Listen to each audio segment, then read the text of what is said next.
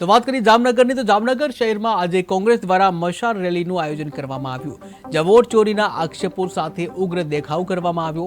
ત્યારે પૂર્વ સાંસદ સહિત કોંગ્રેસના આગેવાનો અને કાર્યકર્તાઓએ સરકાર સામે તીખા સૂત્રોચ્ચાર કર્યા। રેલી દરમિયાન ચૂંટણી પંચની કામગીરીને લઈને પણ સવાલો ઉઠાવ્યા અને વિરોધ વ્યક્ત કરવામાં આવ્યો। ત્યારે પોલીસ અને કોંગ્રેસના કાર્યકર્તાઓ વચ્ચે ઉગ્ર બોલાચાલી સર્જાઈ, જ્યાં પ્રદર્શનીઓએ રસ્તા ઉપર ઉતરી આવતા પોલીસને કેટલીક ધરપકડ કરી અને સ્થિતિને નિયંત્રણમાં લીધી। દેશમાં જ્યારે ચૂંટણી પંચ ભાજપનું એજન્ટ બનીને કામ કરતું હોય, એનો દલાલ બનીને કામ કરતો હોય, આ શબ્દ એટલે વાપરું છું કે તમે જોવો છો દેશમાં હમણાં જ રાહુલ ગાંધીએ 7 ઓગસ્ટે એક પ્રેસ કોન્ફરન્સ કરી અને દેશની જે હાલત, જે વોટ ચોરી કરી છે ચૂંટણી પંચે, સીધો આનો ફાળો ભારતીય જનતા પાર્ટીને આખા દેશમાં થાય એના માટે થઈને આ કામ કરેલું છે। રાહુલજીએ સબૂત સાથે આખા દેશના રાજ્યોની જે વોટ ચોરી થઈ છે, એમાં બિહાર હોય, બેંગ્લોર હોય, કર્ણાટક હોય, મહારાષ્ટ્ર હોય અને ગુજરાતમાં પણ આ છે।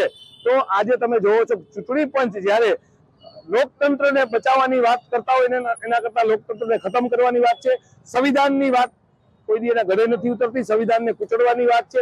ત્યારે સંવિધાનની રક્ષા કરવી અને દેશને લોકતંત્રને બચાવવો એ કોંગ્રેસ પાર્ટીની ફરજ છે। આજે અમારા દેશના, આ ભારત દેશના અને કોંગ્રેસ પાર્ટીના નેતા રાહુલજીએ સંસદથી લઈને ચૂંટણી પંચ સુધી, કોર્ટ સુધી આ લડાઈ લડતા હોય, રોડ સુધી લડાઈ લડતા હોય, ત્યારે સમગ્ર દેશમાં, ગુજરાતમાં અને જામનગરમાં એમના સમર્થનમાં અને ચૂંટણી પંચના વિરોધમાં એક મશાલ રેલીનું આયોજન કર્યું હોય।